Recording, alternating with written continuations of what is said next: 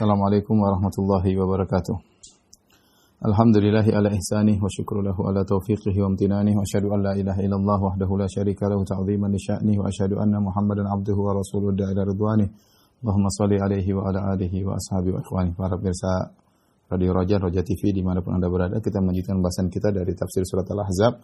Kita sampai pada ayat yang ke-36. Allah Subhanahu wa taala berfirman, "Wa ma kana lil mu'minin wa la mu'minatin idza qadallahu wa rasuluhu amran an yakuna lahumul khiyaratu min amrihim wa may ya'sillaha wa rasulahu faqad dhalla dhalalan mubina."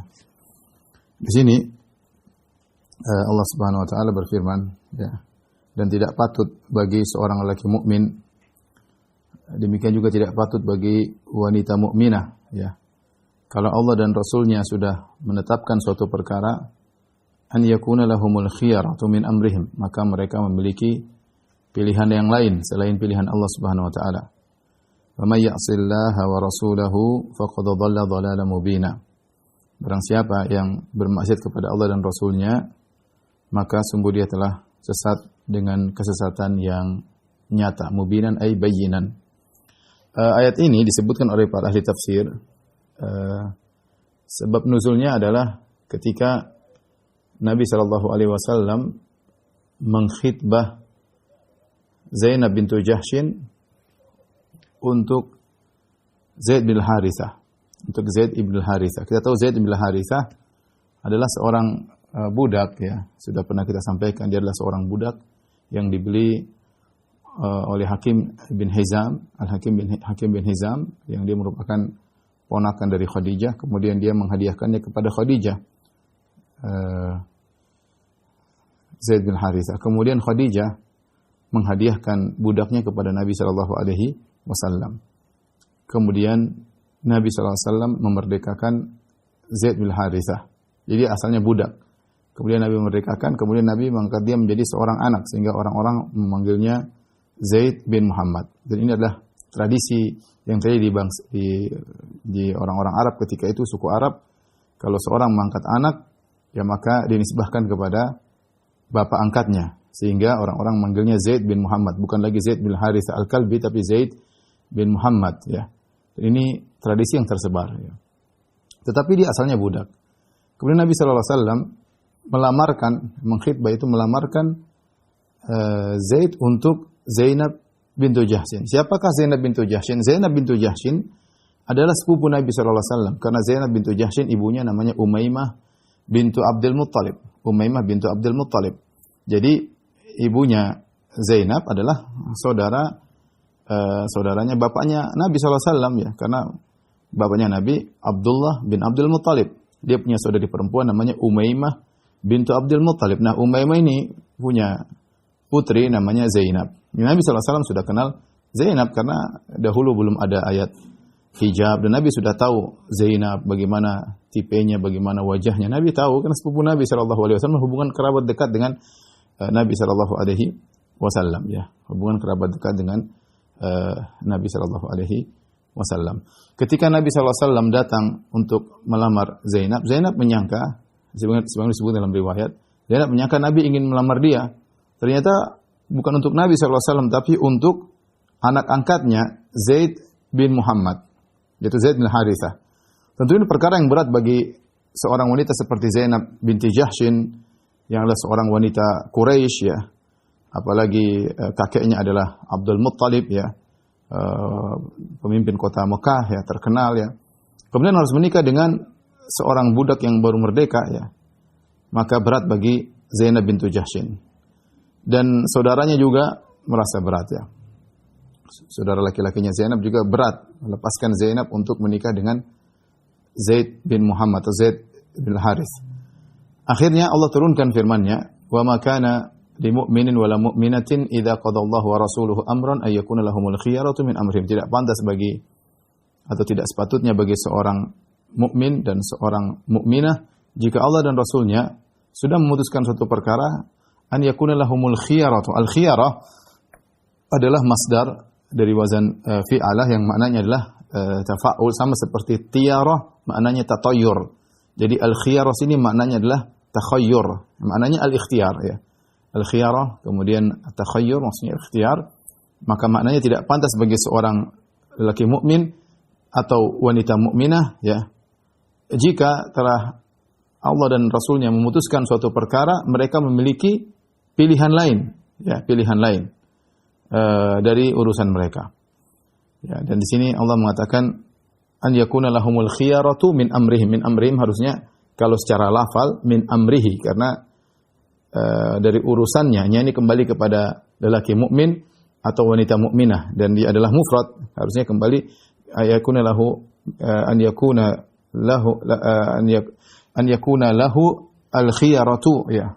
Tetapi di sini menggunakan dhamir jamak, kata ganti jamak pakai hum ya, karena ditinjau dari lafal mukmin dan mukminah yang datang dalam bentuk nakirah, dan masing-masing lafal mukmin nakirah memberikan faedah keumuman, dan mukminah juga yang nakirah memberikan faedah keumuman, sehingga secara makna ayat ini berlaku bagi seluruh kaum mukminin dan seluruh kaum mukminat.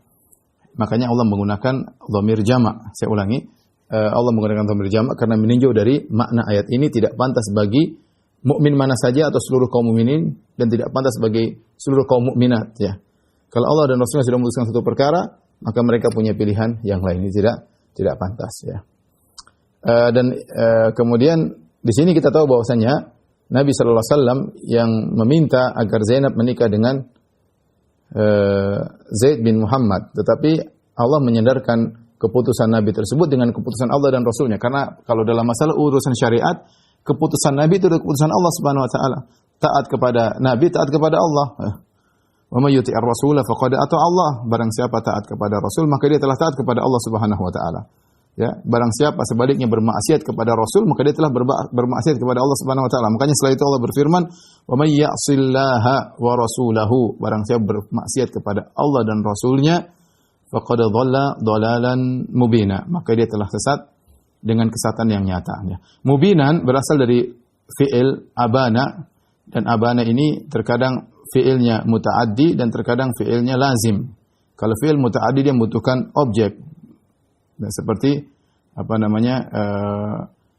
disebutkan mubin, maksudnya penjelas. Tapi kalau dalam ayat ini abana di sini adalah lazim, sehingga maknanya bukan penjelas tapi jelas. Tapi maknanya bayinan. Kalau abana muta'addi maka maknanya mubin, yaitu menjelaskan. Tapi kalau abana maknanya lazim, maka maknanya adalah bayinan. Maka qad dhalla dhalalan mubinan ay dhalalan bayinan. Barang siapa bermaksiat kepada Rasulnya, maka dia telah sesat dengan kesesatan yang nyata. Ikhwan dan akhwat para pemirsa Raja TV dan Radio Raja di mana Anda berada, ayat ini meskipun turun berkaitan dengan Zainab bintu Jahsyin ya, yang akhirnya dia menerima tawaran Nabi sallallahu alaihi wasallam karena dia taat kepada Allah dan Rasulnya, akhirnya dia menikah dengan Zaid bin Muhammad, yaitu Zaid bin Harithah. Meskipun ayat ini sebab nuzulnya ada, tapi ayat ini berlaku umum, dan demikianlah secara hukum asal ayat-ayat yang turun dalam Al-Quran adalah bersifat umum. Adapun pentingnya kita mengetahui sababun nuzul adalah dalam rangka agar kita tahu, memudahkan kita memahami makna, tetapi maknanya tidak terbatas pada sebab nuzul saja. Oleh karenanya kaidah mengatakan al-ibrah bi umumil lafz la bi khususis sabab. Al-ibrah dalam tafsir adalah keumuman lafal, bukan pada kekhususan sebab. Dalam kekhususan sebab, tapi dengan adanya sebab qat'iyatud dukhul fi ma'nal ayah. Sebab itu bisa kita pastikan adalah salah satu makna yang dikandung oleh ayat. Karena ayat ini turun karena sebab, maka di antara fungsinya kita mengetahui sebab, yaitu kita tahu sebab ini merupakan makna yang pasti dari salah satu kandungan ayat. Makna yang pasti dari salah satu kandungan ayat, karena ayat ini turun karena sebab ini. Di antara fungsi kita mengetahui sebab nuzul. Dan membantu kita memahami ayat, tapi tidak terbatas pada sebab nuzul. Oleh karenanya para ulama menyebutkan ayat ini berlaku secara umum dan dijadikan dalil oleh para ulama bahwasanya kalau Allah sudah dan Rasulnya sudah kasih keputusan, kita harus terima. Makanya setiap pagi kita mengatakan raditu billahi rabba wa bil islami dina wa bi muhammadin nabiyyan wa rasulan. Zikir pagi petang ya, kita bilang aku telah ridha kepada Allah sebagai Rabbku, dan Islam sebagai agamaku, dan Nabi sebagai Rasulku. Ridha apa? Ridha segala apa yang Allah perintahkan dan apa yang diputuskan oleh Nabi SAW, kita harus ridha. Tidak boleh kita punya pilihan yang lain. Tidak boleh kita punya pilihan yang lain. Kalau kita memiliki pilihan yang berarti keimanan kita bermasalah. Ya, bahkan kita bermaksiat. Dan Allah telah mengatakan, "Wa may ya'sillaha wa rasulahu faqad dhalla dhalalan mubina." siapa yang bernasihat kepada Allah Rasulnya, maka dia telah sesat kesesatan yang nyata. Dan kita sedih ketika melihat sebagian kaum mukminin karena mungkin kejahilan, tidak ngerti, datang hukum-hukum Islam, dia tidak ridho. Dia tidak ridho. Dia tidak mau dengan hukum Islam. Dia tidak mau dengan peraturan Islam. Dia tidak mau dengan sunnah Nabi. Dia tidak mau ada pewajiban dalam Al-Quran. Dia tidak suka. Dia tidak suka. Ya. Orang mukmin yang benar tidak patut untuk menolak hukum yang Allah turunkan dan yang Rasulullah SAW telah jelaskan. Karena itulah bentuk maksiat kepada Allah dan Rasulnya. Ya. Baik. Faedah yang bisa kita ambil dari ayat ini dan sebab nuzulnya disebutkan oleh Al-Qurtubi dalam tafsirnya. Beliau berkata, fi hadhil ayat dalilun bal nassun fi anna al-kafa'a la tu'tabar fil ahsab. Ayat ini merupakan dalil, bahkan nas yang tegas bahwasanya kesamaan ya dalam masalah nasab ini tidak dianggap dalam masalah pernikahan. Wa inna ma tu'tabaru fil adyan. Al-kafa'ah yang kesamaan yang menjadi dianggap dalam masalah pernikahan adalah masalah agama. Khilafan li Malikin wa Syafi'i wal Mughirah wa Suhnun, dan ini menyelisih pendapat Imam Malik dan Syafi'i dan Al-Mughirah dan Suhnun. Padahal Al-Qurtubi ini bermadzhab Maliki, tapi dia menyelisihi Imam Malik dan menyelisihi Imam Syafi'i, bahkan memiliki Suhnun. Ulama Malikiyah juga dia selisih semuanya. Dia mengatakan bahwasanya tidak mengapa meskipun harkat dan martabat berbeda, tapi kalau agamanya sama-sama silahkan menikah. Tapi kalau agamanya berbeda, kualitas agama berbeda, maka jangan menikah ya.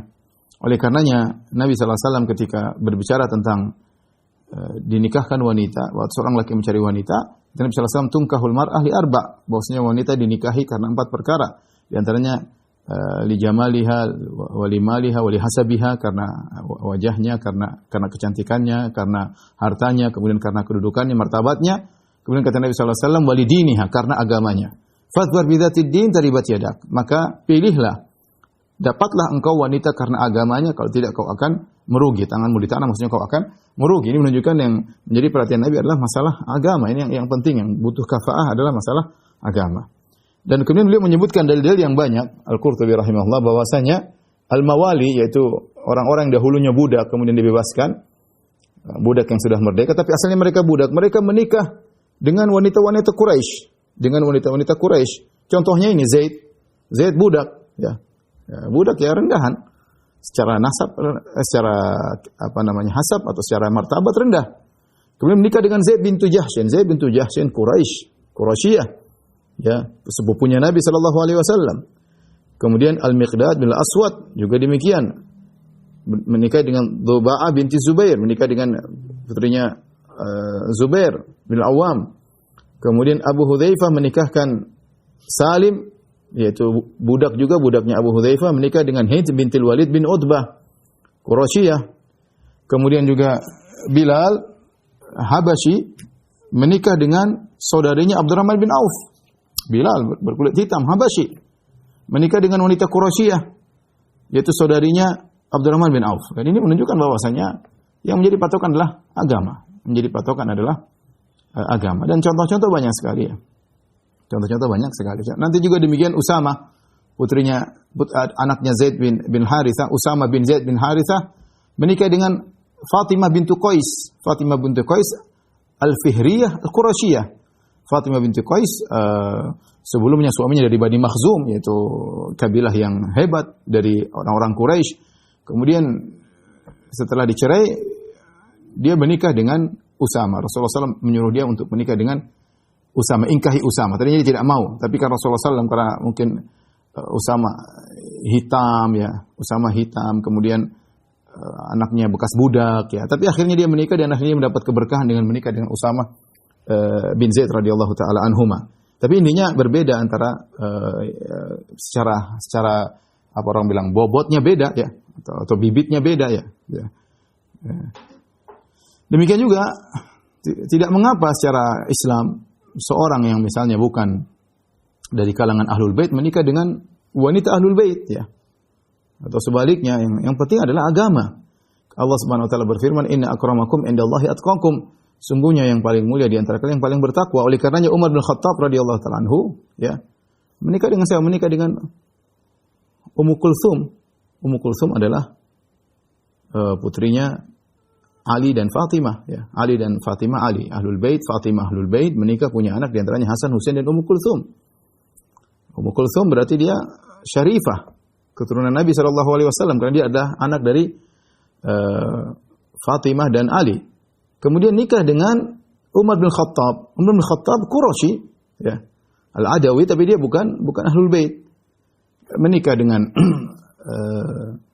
Ummu Kulsum bintu Ali dan punya anak namanya Zaid bin Umar. Ini menunjukkan boleh menikah seorang yang penting saleh dengan syarifah, keturunan Nabi SAW. Contoh lagi Utsman bin Affan. Utsman bin Affan Al-Umawi Quraisy, tapi dia bukan Ahlul Bait. Menikah dengan dua putri Nabi SAW. Pertama menikah dengan Ruqayyah, kemudian Ruqayyah meninggal dunia, menikah dengan Ummu Kulsum binti Muhammad. Makanya diberi gelar dengan Dzunurain. Dzunurain yaitu pemilik dua cahaya, karena dia satu-satunya manusia yang menikah dengan dua putri Nabi. Dialah Utsman bin Affan radhiyallahu taala. Maka tidak benar misalnya seperti saya sempat dengar ada yang mengatakan dalam sebagian klip video, siapa yang menikah yang bukan dari Bani Alawi, bukan dari Habaib, bukan dari keturunan Nabi, kemudian menikah dengan syarifah keturunan Nabi sallallahu alaihi wasallam, maka amal ibadahnya tidak akan diterima oleh Allah sampai hari kiamat. Ini berlebih-lebihan, enggak boleh seperti itu. Bicara tentang agama Allah tidak boleh sembarangan. Coba lelaki yang menikah dengan Habibah atau Syarifah, yaitu keturunan Nabi SAW wanita, maka dia tidak akan diterima amalnya sampai hari kiamat. Kecuali dia bisa mengembalikan kegadisan Syarifah tersebut. Ini perkataan konyol dari orang yang tidak punya ilmu, tidak tahu agama, hanya mengikuti hawa nafsu. Ikhwan dan akhwat yang dirahmati Allah Ta'ala, para pemirsa yang dirahmati Allah Subhanahu Wa Ta'ala, pemirsa Roja dan Radio Roja dan TV Roja. Meskipun tentunya yang menjadi patokan adalah agama, tetapi tentunya masalah sisi lain harus dipandang, diperhatikan juga, bukan sebagai syarat pernikahan, tapi dilihat dari sisi agar pernikahan tersebut bisa langgeng, bisa cocok, maka harus diperhatikan juga sisi-sisi yang lainnya. Tapi itu bukan syarat, ya. Yang penting kalau agamanya sudah bagus, nikahkan, meskipun martabat berbeda, meskipun suku berbeda, meskipun tingkat kekayaan berbeda, ya, tapi suami istri kedua calon suami harus siap menjalankan kehidupan kalau misalnya dari strata yang berbeda. Baik, ini diantara faedah yang disebutkan oleh Al-Imam Al-Qurtubi rahimahullah, dan faedah yang azizah, faedah yang sangat langka dan sangat bagus, ya.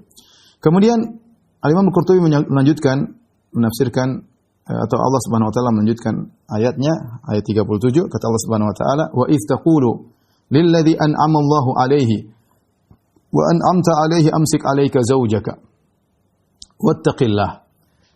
Kata Allah, ketika engkau berkata, wa idza qul ladzi an'ama Allahu 'alaihi, kau berkata kepada orang yang Allah beri nikmat kepadanya, ya. Yaitu Allah berikan nikmat kepadanya, itu maksudnya Zaid bin Muhammad, Zaid bin Harithah. Jadi ceritanya Zaid bin Harithah menikah dengan Zainab bintu Jahsyin. Ternyata ketika dijalani roda kehidupan rumah tangga, ternyata tidak ada kecocokan. Ya, tidak ada kecocokan. Disebut dalam sebagian riwayat bahwasanya Zaid mengeluh kepada Nabi SAW tentang Zainab yang kadang-kadang berkata-kata kasar kepada dia, dan Zaid tidak kuat menghadapi itu semua.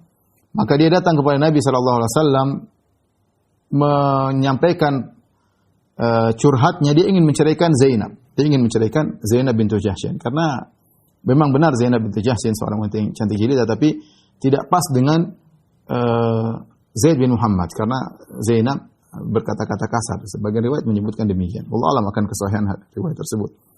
Intinya dia minta pendapat dari Nabi untuk menceraikan istrinya Zainab bintu Jahsyin setelah menjalani pernikahan. Maka Nabi mengatakan, "Amsik, tahan istrimu, amsik 'alaika zaujaka wattaqillah." Tahan istrimu, jangan kau ceraikan, wattaqillah, sebenarnya mengatakan bertakwalah kepada Allah, yaitu jangan kau umbar keburukan Zainab. Tidak usah kau cerita tentang keburukan Zainab, ya, tapi kau tahan dia. Artinya Nabi suruh dia bersabar. Makanya Allah mengatakan, wa idz taqulu lilladzi an'ama Allahu 'alaihi wa an'amta 'alaihi amsik 'alaika zaujaka wattaqillah. Ketika engkau berkata kepada orang yang Allah berikan nikmat Islam kepadanya, maksudnya Zaid bin Harithah, anak angkatnya Nabi SAW, dan kau telah beri nikmat kepada dia juga, yaitu kau telah merdekakan dia, Dia pada Zaid bin Harithah terkumpulkan dua nikmat, nikmat dari Allah itu dia Islam, nikmat dari Nabi SAW itu dibebaskan. Ketika dia mengadu untuk menceraikan istrinya, kau berkata kepadanya, amsik alaika zaujak, tahan istrimu, wattaqillah, bertakwalah kepada Allah Zaid, jangan umbar keburukan Zainab, ya, atau suruh bersabar. Kemudian kata Allah Subhanahu wa taala menegur Nabi sallallahu alaihi wasallam, wa tukhfi fi nafsika ma Allahu mubdih. Dan kau menyembunyikan dalam dirimu apa yang akan Allah ungkapkan. Apa yang Allah ungkapkan, dan Allah menggunakan isim fa'il di sini mubdih, yaitu Allah akan ungkapkan. Apa yang disembunyikan Nabi sallallahu alaihi wasallam dalam hatinya, yaitu bahwasanya Allah telah menyatakan, mewahyukan kepada Nabi bahwasanya Nabi akan menikah dengan Zainab bintu Jahsyin. Nabi akan menikah dengan Zainab bintu Jahsyin dengan hikmah yang Allah kehendaki. Dengan hikmah yang Allah kehendaki. Apa yang Allah kehendaki dari hikmah Nabi menikah dengan Zainab bintu Jahsyin yang merupakan istri dari anak angkatnya, agar Allah ingin merubah tradisi yang sedang berjalan di suku Arab ketika itu, bangsa Arab, yang tradisi tersebut benar-benar sudah mengakar. Bahwasanya kalau seorang diangkat menjadi anak angkat, maka seperti anak sungguhan, seperti anak kandung. Sehingga istri, kalaupun dia mencerai seorang wanita, maka tidak boleh dinikahi. Karena seakan-akan bekas istri dari anak kandungnya, padahal anak angkat.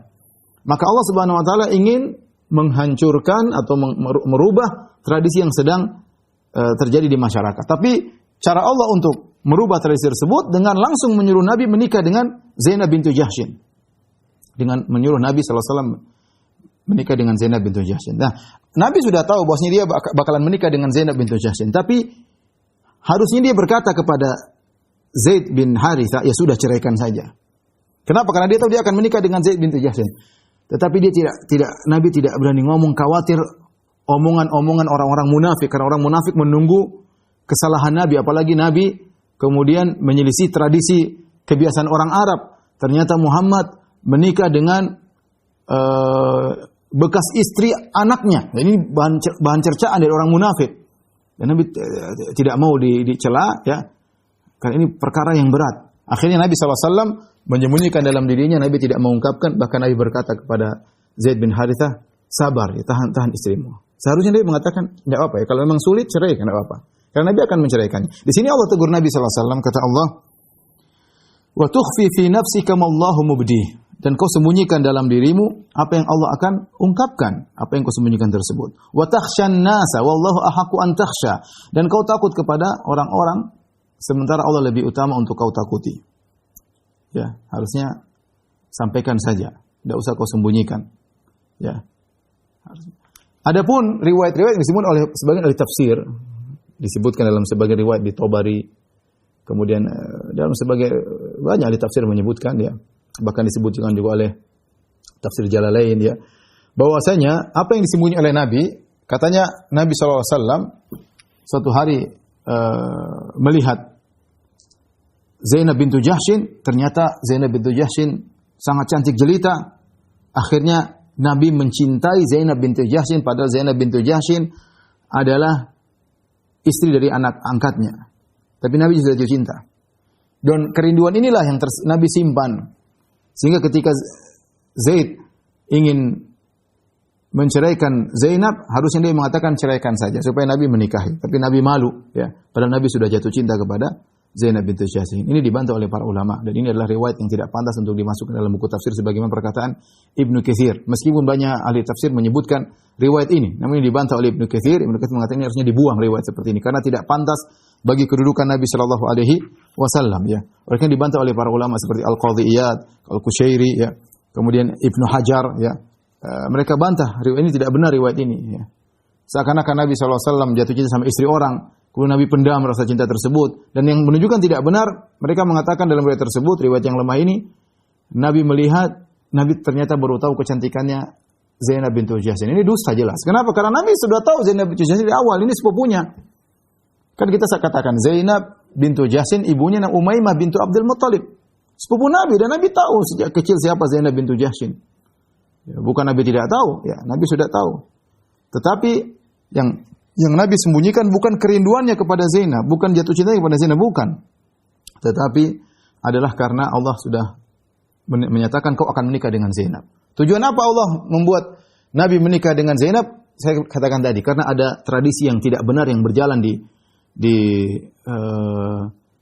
kota Madinah atau di bangsa Arab secara umum untuk dihilangkan oleh Allah Subhanahu wa taala agar tidak berlaku dalam syariat Islam. Karena anak angkat bukan anak.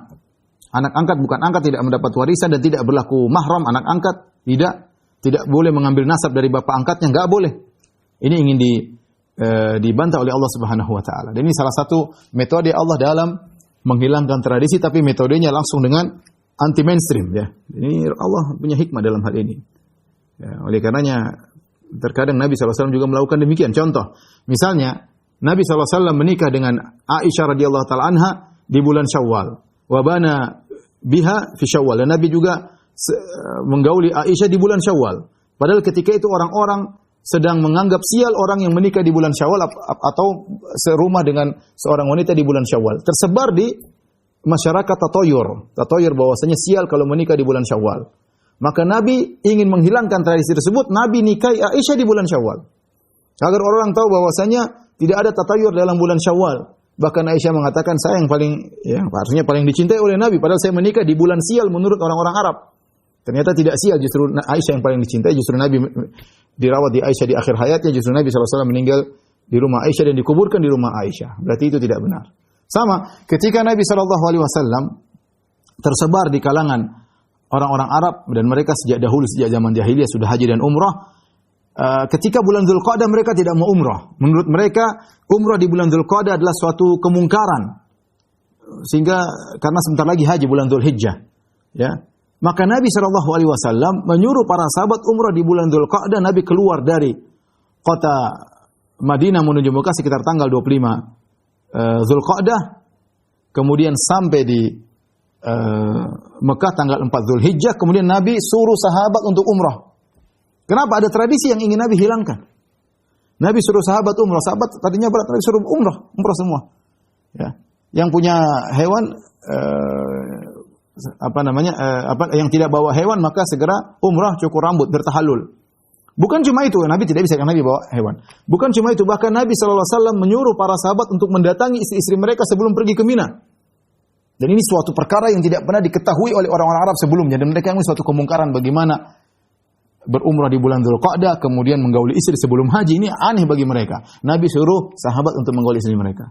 Akhirnya para sahabat menggauli istri mereka sampai Nabi para sahabat mengatakan, kami pergi ke Mina wa dzukuru wa madzakiruna taqturu maniyan. Kami pergi ke Mina dalam kondisi kemaluan kami masih mengeluarkan air mani. Artinya kamu baru saja berhubungan istri kami berangkat ke Mina. Ya.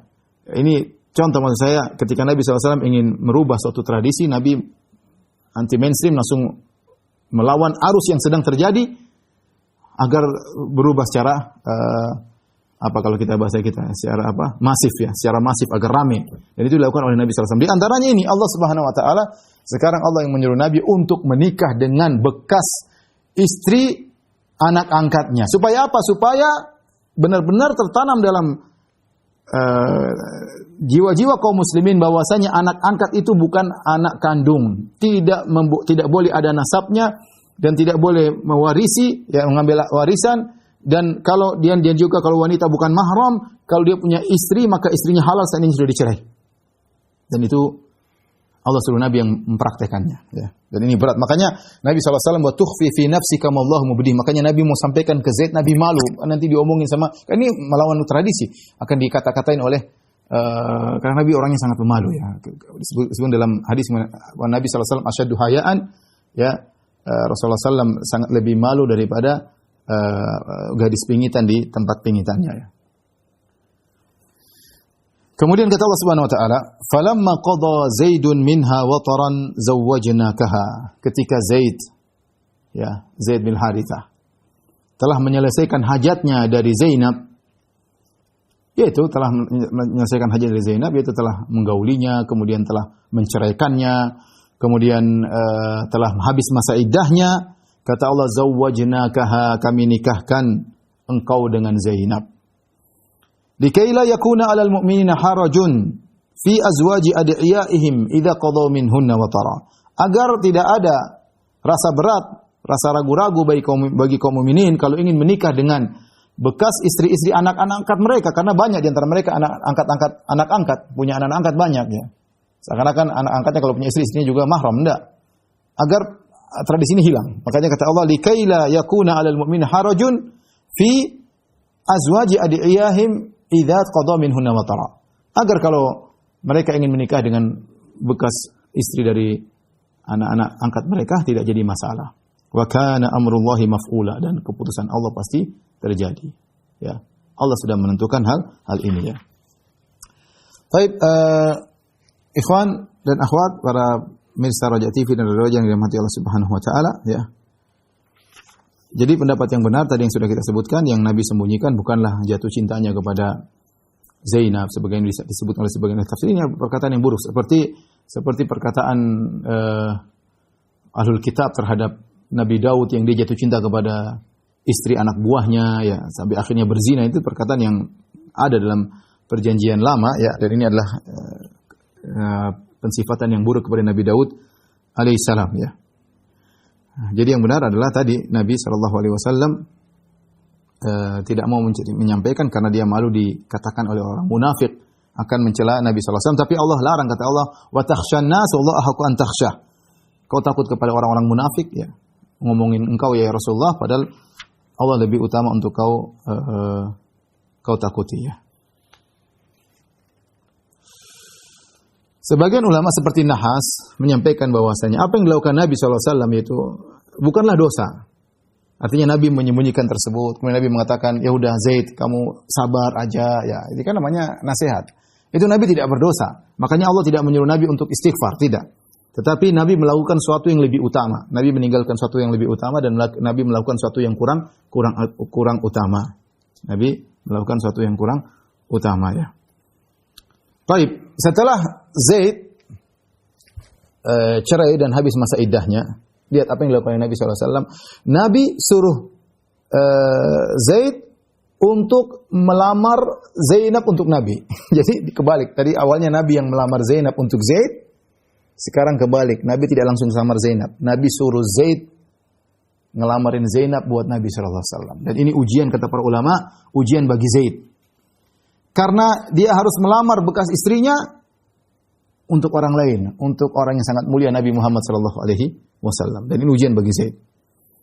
Dalam hadis riwayat Muslim dari Anas radhiyallahu anhu, beliau berkata, "Lamman qadat iddatu Zainab," tatkala selesai iddahnya Zainab, qala Rasulullah SAW li Zaid, Rasulullah SAW berkata kepada Zaid, "Fadhkurha alayya," yaitu lamarkanlah aku untuk Zainab. Lamarlah Zainab untuk aku tentunya. Qala fantalaqa Zaidun hatta ataha wa hiya tukhammir ajinaha. Maka Zainab pun berjalan menuju Zaid berjalan menuju Zainab, dan Zainab sedang bikin ajin buat roti, dikembangkan rotinya untuk dibakar ya. Apa kata Zaid? Falamma ra'aituha azumat fi sadri. Tatkala aku melihat Zainab nih orang yang agung. Kenapa? Bukan apa-apa, karena dia tahu dia bakalan menjadi istri Nabi sallallahu alaihi wasallam. Jadi Zaid karena dia mengagungkan Nabi sallallahu alaihi wasallam, bahkan calon Nabi pun, karena dia tahu Nabi bakalan nikah dengan wanita ini, yang tadi bekas istri, yang tadi mungkin dia marah-marah sama wanita ini, berubah total. Ini karena cintanya Zaid kepada Nabi sallallahu alaihi wasallam. Tadinya mungkin dia jengkel, bahkan minta menceraikan. Bayangkan, tadinya Zaid jengkel sama Zainab, bahkan mau pingin menceraikan Zainab karena tidak kuat hidup dengan Zainab. Sekarang berbalik ketika dia tahu Rasulullah SAW akan menikah dengan Zainab. Apa kata Zaid? Falamma ra'aituha azumat fi sadri. Tatkala aku lihat dia, aku merasa dia sangat agung di dadaku. Kenapa? Karena dia bakalan menjadi istri Nabi sallallahu alaihi wasallam. Ya. Hatta ma astati'u an anzura ilaiha. Sampai aku tidak mampu melihat Zainab, tidak mampu. Anna Rasulullah SAW dzakaraha, karena Rasulullah SAW akan menikahinya. Ya. Rasulullah melamarnya. Fawallaituha dhahri wa nakastu ala aqibi. Ya. Ya. Aku pun balik badan, tidak mau lihat. Ya. Kemudian aku berjalan balik mundur. Jadi ini Zainab, misalnya Zaid datang, karena Zaid enggak mampu lihat Zainab, karena dia sudah mengagungkan ini bakalan jadi istri Nabi, dia balik ke belakang, kemudian dia mundur untuk mendekati Zainab. Kemudian dia berkata, ya, berat ini ujian bagi Zaid ya. Dia berkata, "Ya Zainab, arsala Rasulullah sallallahu yadhkuruka." Ya. Rasulullah sallallahu mengutusku untuk melamarmu. Qalat, apa perkataan Zainab? Dia tidak langsung, "Oh, Rasulullah." Langsung, enggak. Padahal semua orang, siapa yang tidak bangga menikah dengan Nabi sallallahu alaihi wasallam? Ya. Orang Quraisy. kemudian kakeknya penguasa kota Mekah, ya. Nabi, akhlak paling mulia, sudah orang paling top, ya. Kepala negara ketika itu, kepala negara kaum muslimin. Tapi apa yang dikatakan oleh Zainab? Zainab berkata, "Ma ana bisani atin syai'an hatta uamira rabbi." Aku tidak akan memberi keputusan sampai aku istikharah. Ajib Zainab, orang wanita salehah. Sampai aku istikharah. Faqamat ila masjidiha, kemudian pergi ke rumahnya tempat salat dia, masjidnya maksudnya masjid rumahnya. Dia berdoa kepada Allah Subhanahu wa taala, minta petunjuk. Terima atau tidak? Luar biasa ya. Mungkin wanita lain langsung terima dari lamaran Nabi sallallahu alaihi wasallam. Wa nazala al-Qur'an, maka turunlah firman Allah Subhanahu wa taala, "Falamma qada Zaidun minha wataran zawwajnakaha." Tatkala sudah selesai Zaid dari masa iddahnya Zainab sudah selesai dari masa iddahnya, maka kami nikahkan engkau wahai Muhammad dengan Zainab bintu Jahsyin, ya. Maka Rasulullah SAW pun masuk menemui Zainab tanpa izin. Kenapa? Sudah sah nikahnya. Tanpa wali. Walinya langsung Allah Subhanahu wa taala. Ajib, menakjubkan. Makanya Zainab bangga, dia kadang berbangga kepada istri-istri Nabi yang lain. Dalam riwayat Imam Bukhari, Zainab berkata, "Zawwajakunna ahalikunna wa zawwajani Allah min fawqi sab'i samawat." Bayangkan, akidah. Dia bilang, kalian wa istri-istri Nabi dinikahkan oleh wali-wali kalian. Ini dia bahwasanya nikah harus pakai wali. Kalian dinikahkan oleh wali-wali kalian. Adapun aku dinikahkan oleh Allah min fawqi sab'i samawat, dari atas langit yang 7. Kata Zainab, dia bangga ya. Dan ini keistimewaan Zainab. Akhirnya Rasulullah SAW bikin walimah, ya. Rasulullah SAW bikin walimah, Rasulullah SAW senang. Ya Rasulullah juga ingin menghibur Zainab ya. Ini bagaimana sepupunya, bagaimanapun sepupunya, dia yang suruh nikah sama Zaid, ternyata keluarga tidak bahagia, ternyata ada ketidakcocokan, akhirnya cerai. Maka para ulama mengatakan di antara hikmah Nabi SAW disuruh oleh Allah menikah dengan Zainab, ada 2 di antaranya untuk menghibur Zainab, dan tujuan utama adalah untuk menghilangkan tradisi yang ada ketika itu. Ya, tradisi yang ketika itu. Anas berkata, "Ma ra'aitu Rasulullah sallam awlam ala imra'atin min nisa'i ma awlam ala Zainab fa innahu dhabaha syad." Aku tidak pernah lihat Nabi SAW bikin walimah seperti ketika dia menikah dengan Zainab, tidak pernah dilakukan pada istri-istri yang lain. Di antaranya Nabi SAW menyembelih kambing, ya. Kemudian Nabi SAW menyediakan daging, menyediakan roti, dan para sahabat makan. Jadi rame walimahnya dengan Nabi dengan Zainab, ya. Baik. Ikhwan dan akhwat yang dirahmati Allah Subhanahu wa taala, di antara faedah dari ayat ini, ya, lihat bagaimana Zainab, ya, perhatikan Zainab radhiyallahu anha, dia menikah dengan Zaid asalnya tidak suka. Bagaimana menikah dengan bekas budak, tapi karena taat kepada Allah dan Rasulnya dia menikah. Ternyata apa yang terjadi? Allah ganti dengan yang hebat, yaitu Nabi Muhammad SAW. Ya, karena kalau seandainya Allah suruh Nabi langsung nikah dengan Zainab, maka tradisi tetap berjalan, tapi Allah punya cara lain. Zainab nikah dulu sama Zaid, dan dia tunduk kepada perintah Allah. Kalau dia tidak tunduk, mungkin dia tidak menikah dengan Nabi. Tapi dia tunduk dulu menikah dengan Zaid, tradisi cocok, ya. Ternyata dia mendapatkan yang lebih baik. Makanya benar firman Allah, "Wa asa an takrahu syai'an wa huwa khairul lakum." Bisa jadi kau benci sesuatu ternyata baik bagimu. Yang terjadi pada Zainab. Tidak suka menikah dengan Zaid, tapi perintah Nabi, akhirnya ternyata dia menikah dengan Rasulullah sallallahu alaihi wasallam. Kemudian yang kedua, lihatlah bagaimana Zainab ketika dilamar oleh Nabi sallallahu alaihi wasallam, dia serahkan urusannya kepada Allah. Makanya yang paling terbaik kalau kita serahkan urusan kita kepada Allah. Memang ini baik, tapi kalau kita ingin menyerahkan urusan kepada Allah, maka tidak mengapa. Makanya para ulama berdalil dengan seperti kisah ini, ya, bahwasanya kita boleh beristikharah pada perkara yang jelas baik, boleh. Menikah dengan Nabi jelas perkara baik. Harusnya tidak perlu istikharah, harusnya. Tetapi ternyata Zainab istikharah. Dan ini dalil bahwasanya boleh pada perkara yang baik, agar hati kita semakin mantap, meskipun jelas baik, kita istikharah. Ya. Zainab tetap istikharah, dan akhirnya apa? Allah yang mengurusi dia, akhirnya menikah dengan Rasulullah sallallahu alaihi wasallam, ya. Kemudian dari ayat ini juga menunjukkan bagaimana ujian Allah kepada Zaid. Bagaimana Nabi menyuruh Zaid untuk melamar Zainab, padahal bekas istrinya.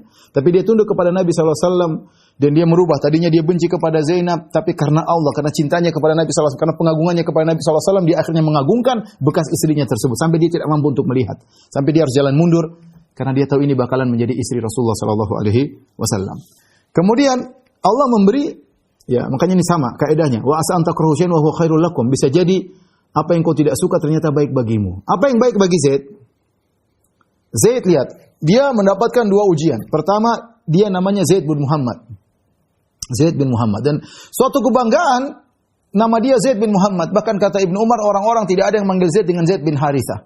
Semuanya memanggilnya dengan Zaid bin Muhammad. Tapi turun firman Allah, "Udu'uhum li abaihim wa aqsatu indallah.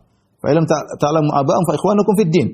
Kata Allah Subhanahu wa taala, sebut mereka dengan nama-nama ayah mereka. Jangan bilang Zaid bin Muhammad, tapi bilang Zaid bin Harithah. Sehingga gelar yang dia dapatkan selama ini sejak kecil, Zaid bin Muhammad, dicabut.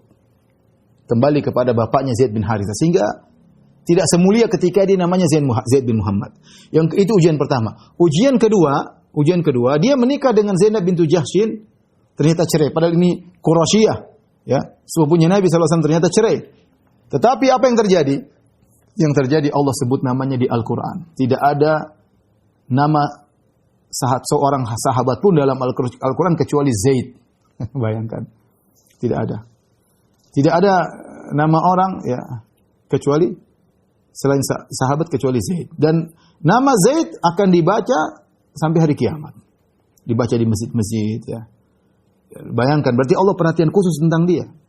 Kita lihat bagaimana Ubay bin Ka'ab. Ketika Nabi SAW datang kepada Ubay bin Ka'ab, Nabi berkata, "Inna Allah amaroni an aqra alaika surat kadza." Wahai Ubay, sungguhnya Allah perintahkan aku untuk membacakan surat ini untuk kamu. Ubay berkata, "Awa dzukirtu hunalik?" Apakah Allah sebut namaku? Kata Nabi, "Iya." Fabaka, maka Ubay bin Ka'ab pun menangis. Kenapa? Ya dia bangga lah Allah sebut nama dia. Kata Allah, "Wahai Muhammad, bacakan surat ini buat Ubay bin Ka'ab." Ya, Tuhan ingat ya. Kita aja kalau ada bupati sebut nama kita, kita senang. Ada ustaz sebut nama kita, kita senang. Ada syekh bilang, si fulan, bangganya luar biasa. Presiden sebut nama kita, kita bangga. Ya. Ini yang sebut Allah Rabbul Alamin. Nyebut Muhammad, bacakan kepada Ubay bin Ka'ab. Ini Zaid bin Harithah disebut namanya. Falamma qada Zaidun minha wataran. Allah sebutkan. Jadi ya Allah menghibur dia dari sesuatu yang berat dia hadapi menjadi mendapatkan yang lebih baik, namanya abadi, dibaca oleh kaum mukminin dalam salat-salat mereka, di masjid-masjid mereka, dan berlaku sampai hari kiamat. Ya. Kemudian di antara faedah tadi zawwajnakaha, yaitu bahwasanya kami menikahkan engkau dengannya wahai Muhammad sallallahu alaihi wasallam, yaitu Nabi, bahwasanya nikah itu harus dengan wali. Kemudian kita lanjutkan, maka ala nabi min harajin fima faradallahu lah. Kata Allah Subhanahu wa taala, tidak mengapa bagi nabi ya pada perkara yang Allah halalkan baginya. Faradallahu lah maksudnya apa yang Allah halalkan baginya. Yaitu dia boleh menikah dengan bekas istri dari anak angkatnya. Ya, boleh menikah dengan tambah istri, boleh. Sunnatullahi fil ladzina khalau min qabl. Dan inilah sunnah Allah yang berlaku bagi orang-orang sebelumnya, itu para nabi sebelumnya. Wa kana amrullahi qadaran maqdura, dan perkara Allah sudah ditakdirkan dan akan terjadi. Siapa yang pernah berlaku pada orang-orang sebelumnya, yaitu para nabi, karena Allah berfirman setelah itu, alladzina yuballighuna risalatillahi, yaitu orang-orang yang menyampaikan risalah Allah, maksudnya para anbiya, wa yakhshawnahu, dan mereka takut kepada Allah, wa la yakhshawna ahadan illallah, dan mereka tidak takut kepada seorang pun kecuali mereka takut kepada Allah. Wa kafa billahi hasiba, dan cukuplah Allah Subhanahu wa taala yang melindungi mereka atau mencukupi mereka. Perhatikan di sini. Jadi Allah ingin menjelaskan kepada kaum mukminin bahwasanya apa yang dilakukan oleh Nabi SAW perkara yang biasa. Ini adalah hak Nabi SAW. Ya, Allah bolehkan dia menikah lagi, dan Allah bolehkan dia menikah dengan bekas istri dari anak angkatnya, tidak jadi masalah. Sebagaimana nabi-nabi sebelumnya juga memiliki istri lebih daripada itu, berpoligami, apalagi kalau kita baca dari Israiliyat bahwasanya Nabi Daud punya istri 100, kemudian selirnya ada 300, Nabi Ismail istrinya 300, selirnya berapa, tapi wallahu alam itu Israiliyat. Intinya para nabi-nabi terdahulu mereka punya istri lebih dari 1 dan tidak jadi masalah. Kalau itu boleh bagi nabi-nabi sebelumnya, kenapa tidak boleh bagi Nabi sallallahu alaihi wasallam, ya. Dan kita tahu bahwasanya para anbiya memiliki keistimewaan. Tapi intinya ini sudah sunnatullah yang berlaku. Allah berikan hal-hal yang dibolehkan bagi para nabi sebagaimana Allah pernah membolehkan hal-hal kepada para nabi sebelumnya. Kemudian Allah Subhanahu wa taala berfirman, "Ma kana Muhammadun aba ahadim mir rijalikum." Muhammad bukanlah bapak dari salah seorang dari lelaki di antara kalian. Walakin Rasulullah wa khataman nabiyyin, tapi dia adalah Rasulullah, utusan Allah penutup para nabi. Wa kana Allah bikulli syai'in alima, dan Allah Maha mengetahui atas segala sesuatu. Apa maksud ayat ini? Ada dua pendapat. Pendapat pertama mengatakan Rasulullah tidak memiliki anak yang sampai besar. Jadi Zaid bukan anak Nabi, ya. Kemudian juga Nabi punya anak-anak juga sudah meninggal. Ada namanya Abdullah, Qasim, ada yang mengatakan Mutahhar, Ibrahim, semuanya meninggal ketika masih kecil. Jadi Nabi tidak punya anak, ya. Tapi yang benar, wallahu alam bisawab, maksud ayat ini itu Nabi bukanlah bapak angkat dari lelaki di antara kalian. Itu maksudnya. Ini pendapat yang dipilih oleh Syekh Utsaimin rahimahullah taala. Maksud ayat ini, maka Muhammadun aba ahadi min rijalikum, bahwasanya Nabi bukanlah bapak angkat dari laki-laki di antara kalian, bukan bapak angkatnya Zaid dan bukan bapak angkat siapapun. Adapun Nabi punya anak, ya memang di antaranya adalah cucu Nabi. Cucu Nabi dianggap dalam bahasa adalah anak Nabi. Makanya Nabi berkata tentang Hasan, kata Nabi sallallahu alaihi wasallam, "Inna ibni hadza sayyid," sungguhnya anakku ini, maksudnya cucunya, adalah sayyid, adalah pemimpin. Sayuslihullahu bihi bainal fi'ataini al-'azimatain minal muslimin. Allah akan mendamaikan dengan sebab dia dua kumpulan besar dari kaum muslimin. Jadi maksudnya Muhammad bukanlah bapak angkat dari lelaki manapun. Kemudian khataman nabiyyin, tapi dia adalah Rasulullah dan dia adalah penutup para nabi, dan inilah akidah kaum mukminin bahwasanya Nabi adalah nabi yang terakhir. Terlalu banyak dalil menunjukkan akan hal tersebut, dan Nabi telah menghabarkan akan ada nabi-nabi baru. Saya kunu fi ummati 30 kadzabun kulluhum yaz'umu annahu nabi. Akan ada 30 orang dari umatku yang mengaku akan muncul setelahku mengaku sebagai nabi. Wa ana khatamun nabiyyin, dan aku adalah penutup para nabi, wala nabiyya ba'di, tidak ada nabi setelahku. Oleh karenanya Nabi SAW sebagai konsekuensi dari dia seorang nabi terakhir, dia wa bu'itsu ila nasi kafah. Nabi SAW diutus untuk seluruh umat manusia. Menunjukkan dia nabi terakhir. Karena nabi-nabi sebelumnya wa kanal anbiya yub'atsuna ila qaumihim khassa. Nabi-nabi sebelumnya diutus kepada kaumnya secara khusus. Adapun nabi, karena dia nabi terakhir, maka konsekuensi nabi terakhir risalahnya harus sempurna dan harus kepada seluruh manusia, bahkan bukan cuma manusia, bahkan kepada jin. Karena dia konsekuensi nabi yang terakhir. Makanya Nabi SAW dalam riwayat mengatakan, utitu sittan, dalam riwayat utitu khamsan, aku diberikan 6. Aku diberikan 5 perkara yang spesial. Dalam riwayat aku diberikan 6 perkara yang spesial. Di antaranya kata Nabi SAW, wa khutima bin nabiyun. Para nabi ditutup denganku, aku nabi yang terakhir. Makanya para ulama ijma, siapa yang mengaku ada nabi baru setelah Rasulullah, maka kafir. Dan yang mengikutinya kafir. Di antara buktinya apa yang dilakukan oleh para sahabat. Mereka memerangi Musailimah al-Kadzdzab. Mereka memerangi orang-orang yang mengikuti Musailimah al-Kadzdzab. Mereka memerangi nabi palsu Tulaiha al-Asadi, diperangi nabi palsu. Kemudian diperangi nabi palsu yang muncul, ya, seperti Al-Aswad al-Anasi juga di Yaman diperangi, ya. Ya, semua yang ngaku nabi diperangi oleh para sahabat, bahkan pengikutnya juga diperangi karena mereka murtad ketika mengangkat ada seorang nabi. Oleh karenanya aliran Qadianiyah yang menganggap Mirza Ghulam Ahmad adalah nabi baru setelah Rasulullah SAW adalah kekufuran. Dia yang mengikuti dia juga orang-orang keluar dari Islam. Wallahu a'lam bishawab. Ini saja yang saya sampaikan. Demikian kurang lebih saya mohon maaf kepada pemirsa Roja yang dirahmati Allah Subhanahu wa taala. Insyaallah kita lanjutkan pada kesempatan yang lain. Wabillahi taufiq wal hidayah. Assalamualaikum warahmatullahi wabarakatuh.